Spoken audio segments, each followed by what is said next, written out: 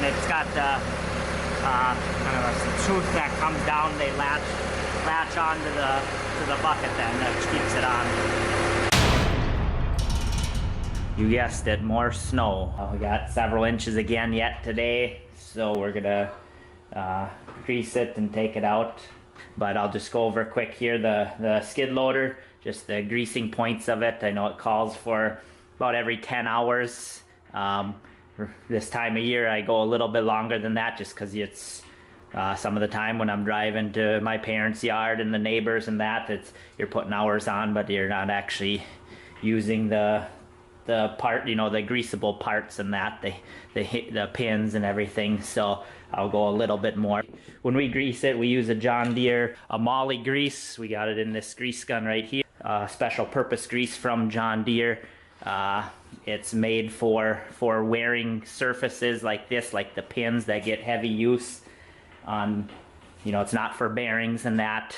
And I just wanted to make a point too. Some of you maybe were wondering, jokingly, but the John Deere grease does work just fine with the cat skid loader. They can operate together. We don't like to have another grease sitting around. I don't think you can get much better. I'm sure cat is right up there as well, but I don't think you can get much better than John Deere grease. You know, if it was case grease or something, some poor stuff. No, I'm just kidding. Case is good as well. We're John Deere, so this is. But I'll just go over quick here the greasing points. We got 3 on the back. One is right up here. 1 below it right here, and then 1 on the bottom right down here. There's 3 on whatever I tell you. There's 3 the same ones on the other side as well. So, and then here we got 1 right on this little pit on the end of the cylinder there. There's 1 behind the boom there, and there's 1 up above the engine there where it pivots there as well. This has the vertical lift on it instead of the radial. And then up front you have up front here we got 1 right down in there, and then there's 1 right down on the bucket there for tilting. Down here is one of the main ones. That's for the bucket. You know, when you're tilting the bucket and that gets a lot of, you know, that's got kind of the heavy use. And we just use a regular grease gun. We don't have no battery powered one. We actually have a new one in a box that we've had for years, and we've never used it. But I'll go ahead and grease this here, and then it'll be good for another 10 hours or so, and we'll have some more fun pushing snow.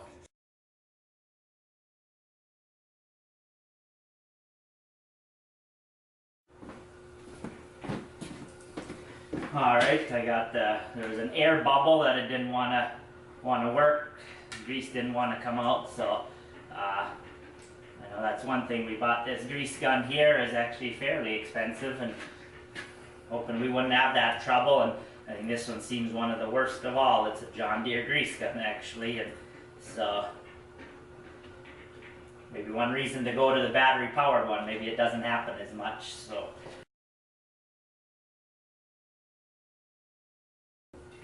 Now one thing nice is, I'm just going to use a trouble light today, but one thing nice is when, if I got a hat on or something, I know we have lights that clip onto the bill or something, and those can be handy, but just for this little bit, I just usually, trouble light is right here, so I'll just string that up here quick, turn it on, and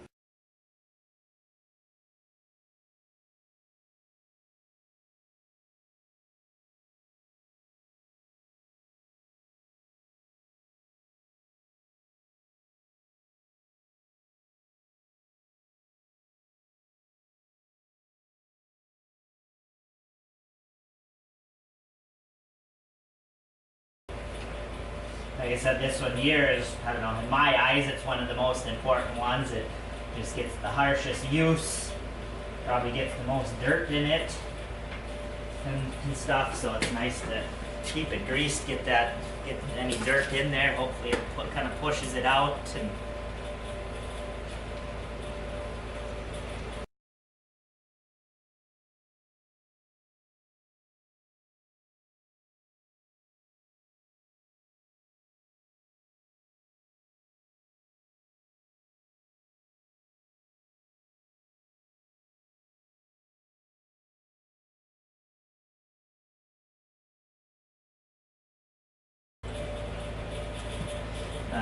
know, I know one thing my dad always says is, you know, you can usually rely on machinery in that, you know, even more than people. Sometimes people don't show up, and I know machinery can break down, but usually, you know, if you can take care of your machinery, he'll take care of you. Obviously things are going to happen, but you can't get away from that. But the better care you take of it, hopefully you'll have less problems. So that should be it. So we should be done greasing, ready to go back out. Then just a quick shot, those ones for the quick catch on the skid loader. They're underneath, like I said, the bucket right there. There's one on each side for you can see kind of a small cylinder up there, kind of just a tube, and then it's got the kind of a tooth that comes down. They latch onto the bucket then, that keeps it on. This stuff here is pretty fluffy stuff. There's right temperature, and it's just some powder, so it's a little bit nicer cleaning this than some wet heavy stuff. Not that it matters as much with the skid loader, but it just kind of pushes right in front of you there.